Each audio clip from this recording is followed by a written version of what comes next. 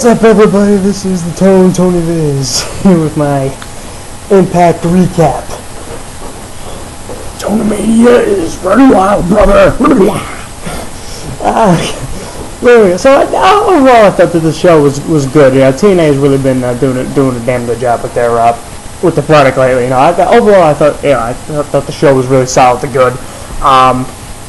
The continuation of the Aces and Eights invading TNA, they've done a really good job with that. We're up into the final stages of the Bound for Glory series. We've got 5 guys left each. There's going to be 2 matches announced for next week, and the final 4 make it to No Surrender. And we had, you know, segments with Austin Aries, Hulk Hogan, and Sting pulling the Aces and Eights out at the beginning of the show, and then in the end, a brawl broke out. And we had the gut check segment, and we had Madison Rayne get pissed at Taryn Terrell because she lost the Knockouts title. And we also had AJ Styles saying that he was glad that the Claire Clapp was behind him. And we had the return of Eric Young. So with all that in mind, here we go. Okay, so they actually started the show by recapping what happened on last week's show, showing, you know, Robbie E winning the 3-way Bound for Glory series match against AJ Styles and Rob Van Dam, and the end of the Claire Lynch crap storyline with her attorney or whatever, and they recapped the end of the show with the Aces and Eights bit when they busted Austin Aries' arm with the chair or whatever.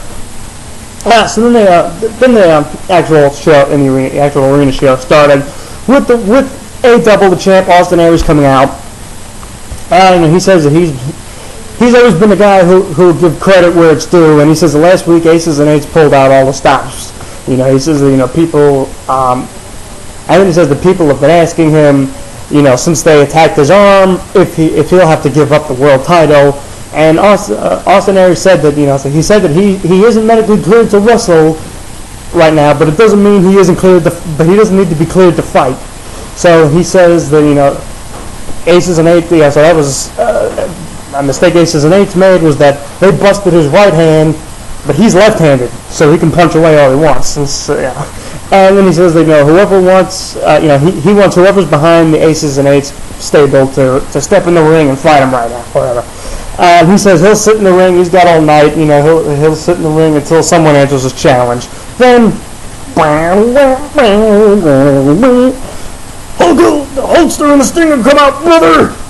And Hogan says that, you know, it's like, you know, Hogan wants to, you know, let everyone know that, you know, they're like, I'm back as the GM, dude. You know, thanks to Stinger for running the show while I was out there, brother. And now that I'm back, things are gonna go the way I want them to, dude. And he's, you know, he says that, you know, Aces and Eights mess with my family, and blah blah blah. And this and that, you know, my friends are my fans, and this and that, and seeing their roster up. And if they want a bloodbath, they'll get one, brother. And yeah, he says, you know, like, whatever Austin Aries wants, you know, it's like, whatever you want, champ, you got it, dude. And then Aries says that he wants the same thing that everyone else wants, and that's to get his hands on Aces and Eights.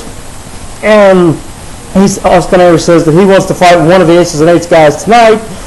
And then Aces and Eights show up on Tron, and the guys, they say that, you know, that Hogan and Sting are really making the job easy for them. You know, so Aces and Eights, the head, I guess I don't know if he's the head guy or whatever, but he was saying, it was like, he says the Aces and Eights will do stuff on their terms.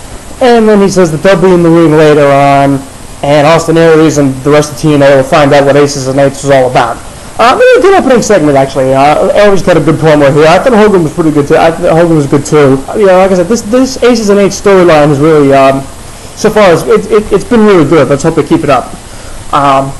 Then they show from last week, ODB leaving numerous messages on Eric Young's phone asking where he is. He said that, you know, I sent you 2 or 3 months ago for the beer and the fried chicken, and so she gave him until last night to show up. So, as you know, Eric Young was off doing a fishing show or whatever. So then we get to the first match of the night. We get Rob Van Dam and James Storm, BFG series match. Good match here. You know, Storm eventually got the pin, so he got 7 more points to take and to I think retain the lead. And then afterwards, Christy Hemme interviewed him at ringside, congratulating him on making it to the Final Four. And Storm said he did exactly what he said he would do, and that's win the Bound for Glory, and that's win back the world title. Well, it hasn't happened yet, but they do that. He said that. Then they showed Madison Rayne walking backstage on the way to the ring. Go to break. Back from that, Madison Rayne comes out, and of course, Knockouts referee Taryn Terrell's in the ring. And then Madison says that earlier in the week, Brooke Hogan called her up, and she called up Madison and Brooke told Madison that she'll have a match tonight. So Madison thinks that she's being granted a rematch for the Knockouts title that someone caused her a few weeks ago when she looks at Taryn Terrell. She says that because she was the referee when she lost the belt back to Tessmacher. And then Madison says, okay, bring the champ out so that she can regain the belt. The outcome's ODB, and then she says she also got a call from Brooke Hogan, and telling her that she was also in a match tonight. So Madison says, well, I'm not ready for this, blah, blah, blah. And ODB was like, the beach is back. And then she gets in the ring, and Madison is like, well, hold on, I wasn't ready for this, but back her up. And she tells Taryn Terrell, back her up, you need to do your job, and ring the bell so I can make this trailer park trash famous or whatever. Then ODB spits the drink from the flask in Madison's face. Bell rings, ODB squashes Madison Rayne, and it took me longer to say that than the match actually was. So Madison Rayne got squashed by the returning to the ring ODB. Then afterwards, Eric Young comes out. He makes his return. He comes into the ring. He's wearing his shades and a suit, and he's got the beer and chicken. And the fans chant why. And ODB asks where he's been. He says he's been in Hollywood. He's got a successful show going, and he mentions that he was like, hey, I got the beer and chicken for you or whatever. And ODB was like, yeah, she appreciates that, but she wants to know where the guy she married is. It's like this isn't the same guy. So he says he'll fix that. He rips his suit off or whatever. ODB's nibbling on some fried chicken while it happens, and then they just make out. I mean, it was typical ODB Eric Young comedy. Then they recap the ending of the Claire crap fest from last week, and I'm glad that's finished. And so is AJ Styles, because they go to a backstage promo with him saying that he's glad it's over too. He said he'll deal with Daniels and Kazarian, but for right now he's got to focus on the BFG series and his series match with Samoa Joe. So then they show, of course this was Gut Check Night also, so then they show Bruce Pritchard, also known as, discussing Chris Louis' match and about his backstory. There was a lot over there. So then Hulk Hogan and Sting are in the GM office, and Daniels and Kazarian come in, and Kazarian tells Hogan that they have ironclad contracts and that they can't be canned. And Daniels says, yeah, and we're the world tag team champions of the world, which is a great line. And then Hogan says, this is what's wrong with the business today, dude, or whatever. And he tells him, hey, AJ Styles hasn't done with you clowns yet. Since you're the tag team champion, you need to do your job, and we'll defend the tag team titles. So you need to be ready, dudes. Or whatever. I mean, because he yells like he doesn't. So that was pretty much the same. And it was a little on the hokey side, I thought. I think and then Sting just went rah, and then he scared them out of the room, and Daniels wound up dropping his apple tea. It was hokey. It was a little on the hokey side. Yeah. So then we get AJ Styles versus Samoa Joe in the BFG series match. Joe wins for 7 more points. Really good back and forth match here. AJ Styles actually had Samoa Joe locked in the cross arm breaker, and Joe managed to turn over, fall on top of AJ, and get the 3 count. It was a good match, but now AJ is out. If AJ lost the match, he's out of the series. Then we recap the opening promo from the beginning of the show. Then they show Chris Louis backstage, and he's going to face the Gut Check judges next.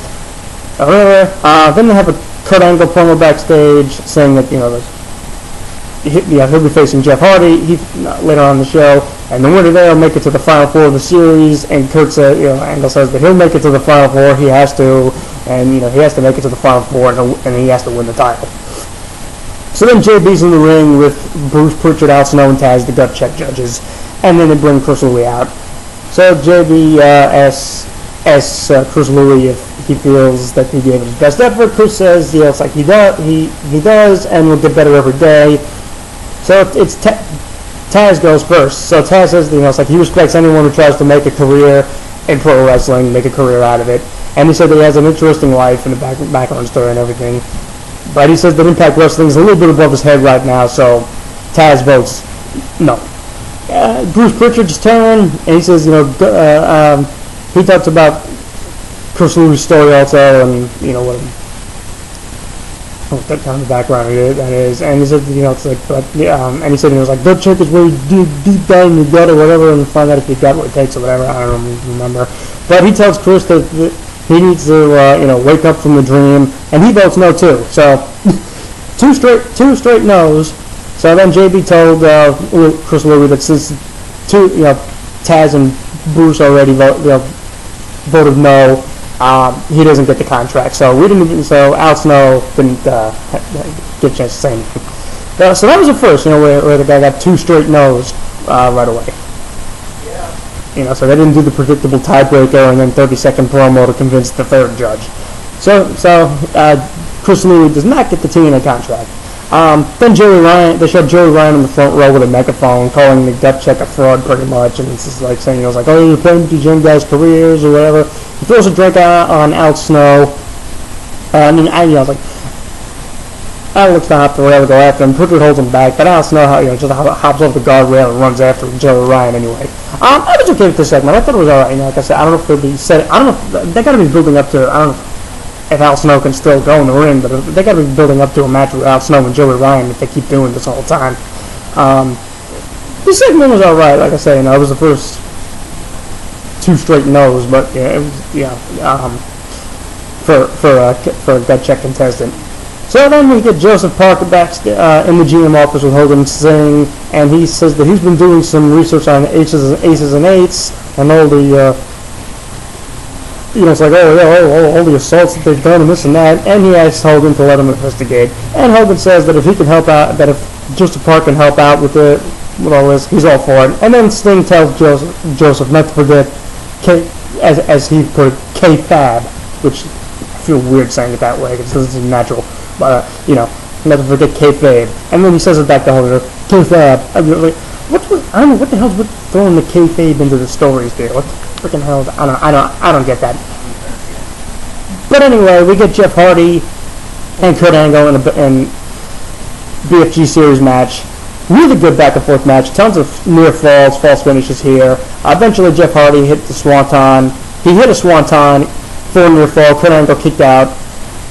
And then eventually he hit a second swanton and got the 3 count, so he got 7 more points. This was really good too, but Kurt Angle is now eliminated from the Bound for Glory series since he lost his match. So then after that happens, Jeremy Borash gets in the ring and introduces the final 5 guys in the BFG series. Jeff Hardy, of course, already in the ring, and the others are Rob Van Dam, Samoa Joe, Blue Ray, and James Storm. So then, and JB says that next week one of them will be eliminated and won't be James Storm, and that the final 4 will go into the No Surrender pay-per-view, and the winner of that will go on the Bound for Glory to challenge for the belt. And he said that James Storm is already guaranteed to be in the final 4.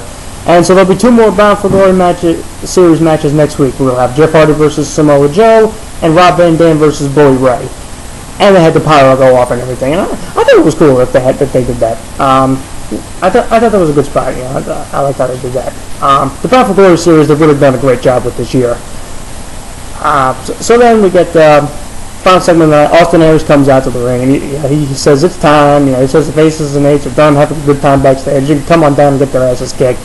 And then Hulk Hogan's music hits, and he and Sting, along with RVD, Bully Ray, and James Storm, and possibly some others that I couldn't even see, come out.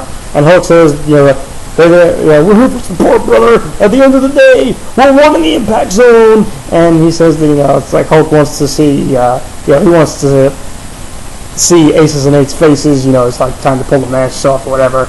And Aries tells them tells Aces and Eights to come out and face them like men. They come out through the crowd, and Hulk says that, hey, we got Tina's finest running there in the ring right now. Let's see if Aces and Eights, you put your finest in there, see what he can do, brother. So then a big guy, one of the big dude from the stable comes in, and Aries beats on him for a bit. They go back and forth. Aries takes him down, and then Aces and Eights hit the ring, and so do the other TNA guys, and we get the second week in a row another good brawl. So then we got another good TNA Aces and Eights brawl here. Then some guy just came in the ring and looked like he pulled his he went like that.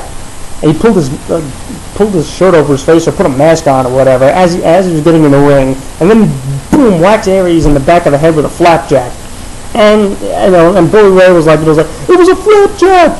And there was still some blowing going on in the crowd or whatever, but mostly it was it's like Hogan. I think it was Hogan, Sting, Bully Ray, James Storm were in the ring, and Austin Aries was laid out cold from the flapjack to the head, and that ended the show.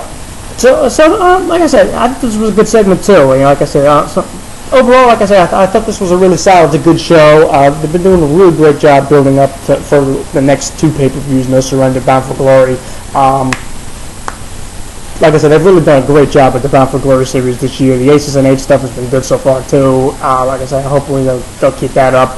Thank God the Claire stuff is done. Bobby Roode again was not on the show. This was like the second or third week in a row. So I think to me, I think from a booking from a lot of booking sense, it would make sense to have him be the guy who's behind the who's the leader of this Aces and Eights stable. Like I say, all the BFG series matches were really good. RVD Storm was good. Jeff Hardy, Kurt Angle, and Samoa Joe and AJ Styles were really good. And Knockouts match wasn't much. It was just more of Madison being pissed at Taryn Terrell and the Eric Young ODB part, just the typical kind of comedy you get from those two. And that was pretty much it. So like I said, they've been doing a great job with the BFG series this year. So I think this was a really enjoyable show. So that'll do it for me for right now. I did watch SmackDown, and I'll be back with that in a few minutes. So you can check out my in-depth recap at tonyviz.blogspot.com and subscribe to my YouTube channel and everything. And I'll be back in a few minutes with my SmackDown recap.